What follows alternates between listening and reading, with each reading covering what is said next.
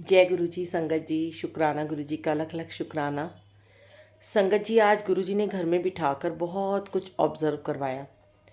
आज कुछ टॉपिक गुरु जी ने माइंड में डाले हैं कि ईर्ष्या और जेलसी कितनी हद तक बढ़ जाती है लोगों में कि वो उसमें संगत, सेवादार, किसी भी इंसान का भाव देखते ही नहीं है कि वो इतना जलन, वो इतनी ईर्ष्या क्यों कर रहा है। तो शुक्राना गुरु जी, आपके होते हुए भी संगत अगर ऐसा कुछ करती है तो मुझे नहीं लगता कि वो आपकी संगत कहलाने के काबिल है। संगत जी, गुरु जी कहते हैं ईर्ष्या इतनी स्ट्रॉन्ग कर लेते हो कि अगर रब ने आपको पूछा कि तुम्हें क्या चाहिए, तो भगत ने पता है क्या बोला कि मेरे पड़ोसी को जो दे रहे हो ना, उससे मुझे डबल दे दो। तो रब बोले तेरे पड़ोसी को दो दूंगा। जलन इतनी थी, जेलस इतनी थी, ऐसे कैसे? सेवा दे रहे हो, उसको डबल दे रहे हो, मुझे सिंगल क्यों दे रहे हो? उसको कार दी है, उसको दो दिए, मुझे एक क्यों दिए? फिर भगत ने बोला सेवा दे दो। रब बोले उसे डबल दूंगा। बोला चलो ठीक है। अब बोला उसने, भगत ने क्या बोला, मेरी एक आंख ले लो और मेरे पड़ोसी को दो दे दो। अब देखो यहाँ भाव क्या था कि जो उसके पास था उसने गुस्से में आके जेलस के मारे वो भी दे दिया। अब अपनी एक आंख दे दी और वो काना हो गया। अब ये ईर्ष्या से क्या हुआ, उसकी तो एक आंख थी नहीं पड़ोसी की, उसको दो मिल गई। जिसकी दो थी उसके पास एक रह गई। तो जेलस में हम ये भूल जाते हैं कि हम कर क्या रहे हैं। जेलसी इतनी ज़्यादा होती है संगत जी कि जो गुरु जी ने हमें जीवन दिया है, ये जो हमें इतनी सुंदर जिंदगी दी है ना, इसको हम अपनी ईर्ष्या में ही गवा देते हैं सच में। और फिर हम गुरु जी से कंप्लेंट करते हैं कि हमसे ये छीन लिया, हमसे वो छीन लिया, हमसे सेवा छीन ली, हमसे पैसा छीन लिया, हमसे खुशियाँ भी छीन ली। पर वो तो जो दिया था ना, वो तो हम संभाल ही नहीं पाए ना संगत जी, क्योंकि किसी से आगे होने की होड़ हमें बहुत पीछे लेके चली जाती है। अपनी सेवा भी खो देते हैं, खुशियाँ भी खो देते हैं, सुकून भी गायब हो जाता है, हंसना भूल जाते हैं, गुस्सा शुरू हो जाता है।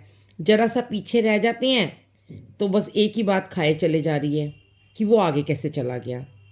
अब पहले वाला जो अपनी बलबूते पे आगे जा रहा था, अपनी मेहनत से आगे जा रहा था, अपनी मेहनत से बढ़ रहा था, अपनी काबिलियत से बढ़ रहा था, पीछे वाला जो है वो रूल तोड़ के आगे जाने की कोशिश कर रहा है। तो जब वो ट्रैफिक के रूल की तरह उस रूल को तोड़ेगा तो उसका एक्सीडेंट तो होना ही होना है।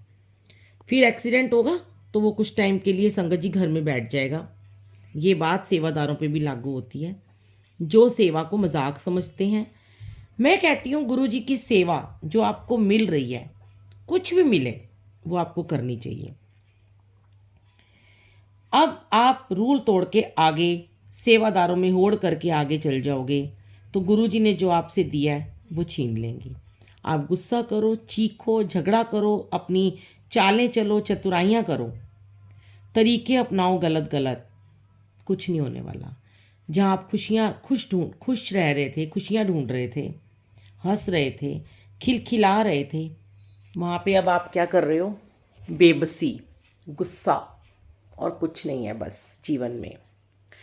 अब संगत जी, अगर हमें सेवा मिली है, सपोज करो बड़े मंदिर में हमें सेवा मिलती है, किसी को बड़े मंदिर में पानी पिलाने, जल पिलाने की सेवा मिलती है ना, तो उसको 8 घंटे वो जल ही पिलाना होता है। उसकी सहेली को अगर किचन में सेवा मिल गई, समोसे बनाने की सेवा मिल गई, लंगर बनाने की मिल गई, या दरबार में खड़े होने की मिल गई, तो क्या वहाँ के सेवादार होड़ करते हैं कि नहीं, हमें यहाँ पे जल पिलाने की सेवा दे दी, या हमें वॉशरूम की मिल गई, उसको किचन की मिल गई है, तो हम लड़ेंगे वहाँ के मैनेजमेंट से या गुरु जी से? नहीं लड़ेंगे ना। तो सत्संग की सेवा में छोटी छोटी बातों पे क्यों लड़ाई झगड़ा करना कि उसको ये वाली सेवा क्यों दे दी, मुझे ये वाली सेवा क्यों नहीं दी है। संगत जी, सेवा कभी भी छोटी बड़ी नहीं होती है। सेवा सिर्फ सेवा होती है, याद रखना। सेवा है स्वर्गां दी पौड़ी, कर बंदिया तू थोड़ी थोड़ी। थोड़ी थोड़ी सेवा से ही आप आगे बढ़ते हो। और सच में गुरुजी उसको प्रॉपर सेवा देते हैं जो इसके काबिल होता है, जो अपना नियम से आता है, जो अपने घर बार को प्रायोरिटी ना देकर सबसे पहले अपने गुरु को प्रायोरिटी देता है। उसके लिए अपने गृहस्थी है उसको नहीं छोड़ना, लेकिन अगर गुरु की सेवा में खड़े हो तो पहले गुरु की सेवा को पूरा करना है, फिर गृहस्थी में जाना है। मैं तो ये बात मानती हूँ। मुझे तो गुरुजी ने ऐसा बनाया, ऐसा नहीं कि मेरा घर बार नहीं है, मेरे बच्चे नहीं है, सब कुछ है, पर अगर गुरु की सेवा को मांगा है ना तो प्रायोरिटी उसको पहले देनी पड़ेगी। कई सेवादार क्या करते हैं, सेवा में तो आना चाहते हैं और फिर बाद में बोल देते हैं कि हम नहीं आ सकते, हमारा कोई काम है, हमारे घर में कोई आ रहा है। तो बताओ उसको कैसे सेवा मिलेगी? नहीं मिल सकती ना उसको सेवा। उसको सेवादार उसी को देगा ना जो अपने काम वगैरह सब छोड़ के जा रहा है, जो सबसे पहले अपने गुरु की सेवा में लगा हुआ है ना? है ना गुरु जी? आप समझाओ इनको। मैं तो कहती हूँ ऐसे लोगों को भी गुरु जी आप ब्लेस करते रहो कि जो इस तरीके की चतुराइयाँ करते हैं, आगे आने के लिए चालें चलते हैं। गुरुजी आपको ऐसे कभी आगे नहीं आने देंगे। नम्र भाव वालों को नीवे होके कहते हैं, रिंकूवीर जी भी कहते हैं, कोई तुमसे सेवा मांगे पीछे हट जाओ, दे दो उसको। होड़ ना किया करो, उसको ज़्यादा मिल गया मुझे कम मिल गया, अरे इसके लिए भी लड़ाई करनी है। पैसे के लिए लड़ते हुए तो बहुत देखा था, सेवा के लिए लड़ते हुए मैंने कभी नहीं देखा।